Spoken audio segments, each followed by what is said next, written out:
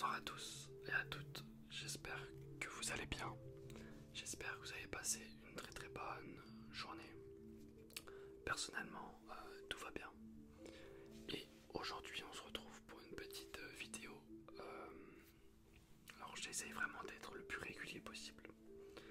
Ça fait vraiment plaisir de revenir vraiment. Et là ce que je vous propose c'est une petite vidéo de mes derniers achats que j'ai pu effectuer. Et notamment un achat assez conséquent, important que je vais vous montrer. De toute façon c'est très simple, c'est ceci. Alors je sais pas si vous savez vraiment ce que c'est.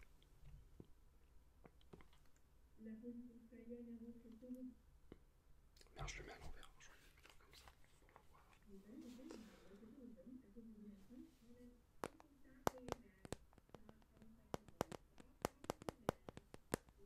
Alors c'est...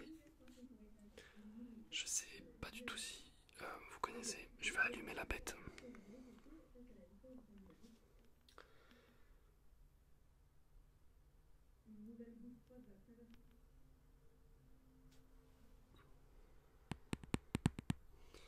Alors en fait c'est une Legion Go, c'est-à-dire que c'est un mini PC portable. C'est à peu près la même chose qu'une Steam, non qu'une... Putain j'ai plus le nom. Une Steam Deck pardon. Sauf que on a un écran qui est beaucoup plus grand. Et on a un PC qui tourne sur Windows. Voilà. On a un mini PC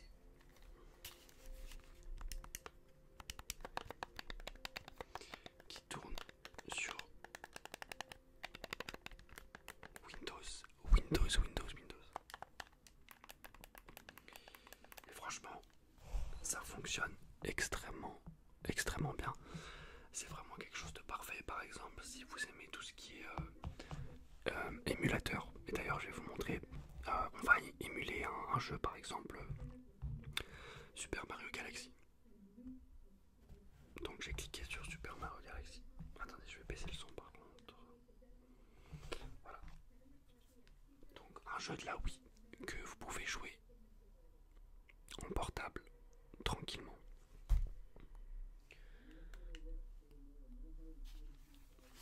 On va lancer ça tranquillement. Ah, je crois qu'il y a eu peut-être un petit souci.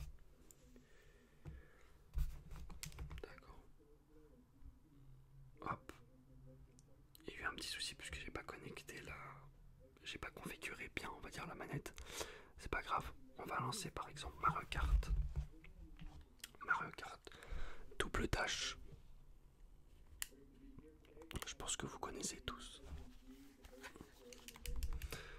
Et je vais vous montrer, franchement ça fonctionne hyper bien. Un joueur, Grand Prix, voilà. Je pense que tout le monde connaît le double dash. Et franchement, je sais pas comment je vais jouer à l'envers, mais bon. Vous pouvez voir que franchement, ça fonctionne. Ah bah alors là c'est galère par contre. À l'envers c'est chaud. Mais franchement ça fonctionne vraiment super bien. Et franchement c'est vraiment un plaisir de pouvoir jouer comme ça à nos jeux finalement d'enfance. Puisque c'est plutôt ça hein, moi.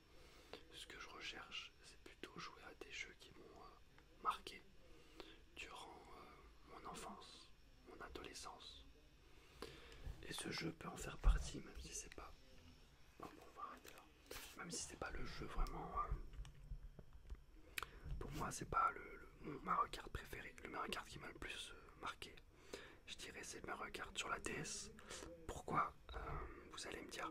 C'est assez simple, c'est que je me rappelle, donc c'était en CM2, CM1, lors du goûter de fin d'année. Tout le monde en fait emmenait sa DS, et ce qui est exceptionnel avec ce Mario Kart DS, c'est que tout simplement il suffit qu'une personne à la cartouche pour que tous les autres autour tour puisse jouer à Mario Kart. Et ça c'est énorme. C'est-à-dire qu'il suffisait qu'une seule personne à la cartouche et que tous les autres puissent justement avoir une DS pour que le jeu fonctionne et pour qu'on puisse jouer. Et je me rappelle, c'était vraiment énorme. On se faisait des parties à 10, 11, c'était incroyable. Et franchement, c'est vraiment un moment marquant, clairement. Il y en a eu d'autres, bien sûr. Mais voilà, je voulais juste vous présenter en vrai cette console vraiment exceptionnelle.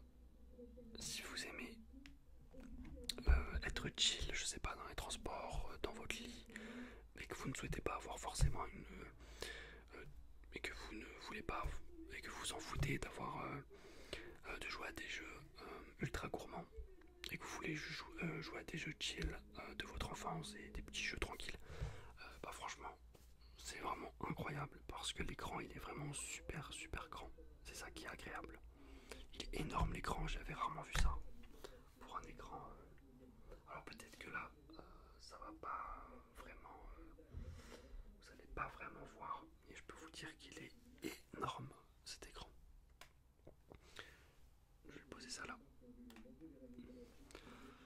Et je me suis pris aussi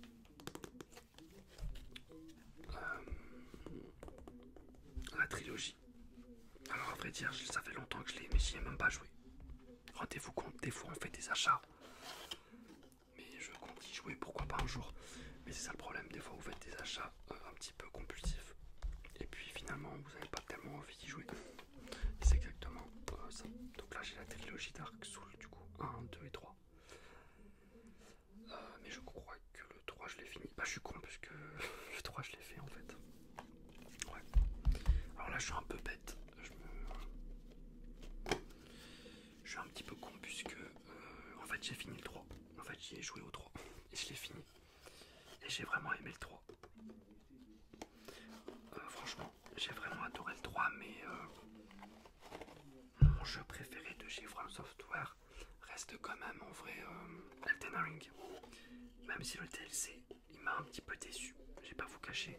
Même si j'y ai joué quand même une quarantaine d'heures. Mais il m'a un peu déçu parce que je trouve qu'au bout d'un moment la formule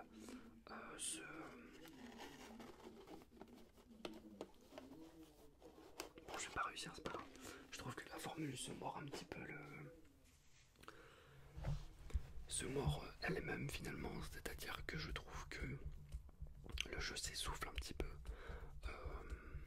C'était pareil un peu dans le jeu de base, c'est-à-dire qu'il y avait pas mal d'endroits qui étaient vides et finalement l'exploration était des fois un peu inintéressante, et c'est vraiment pareil pour ce DLC.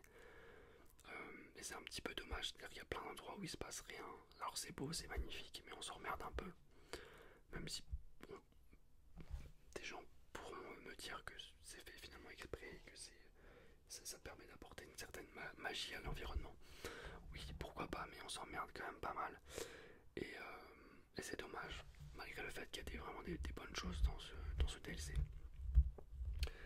Il y a vraiment des endroits intéressants, notamment un château, le château d'eau, je crois qu'il s'appelle. Vraiment magnifique, un peu à la Bloodborne.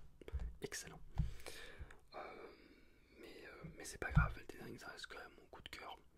Parce que j'ai débuté les From Software sur Elden Ring.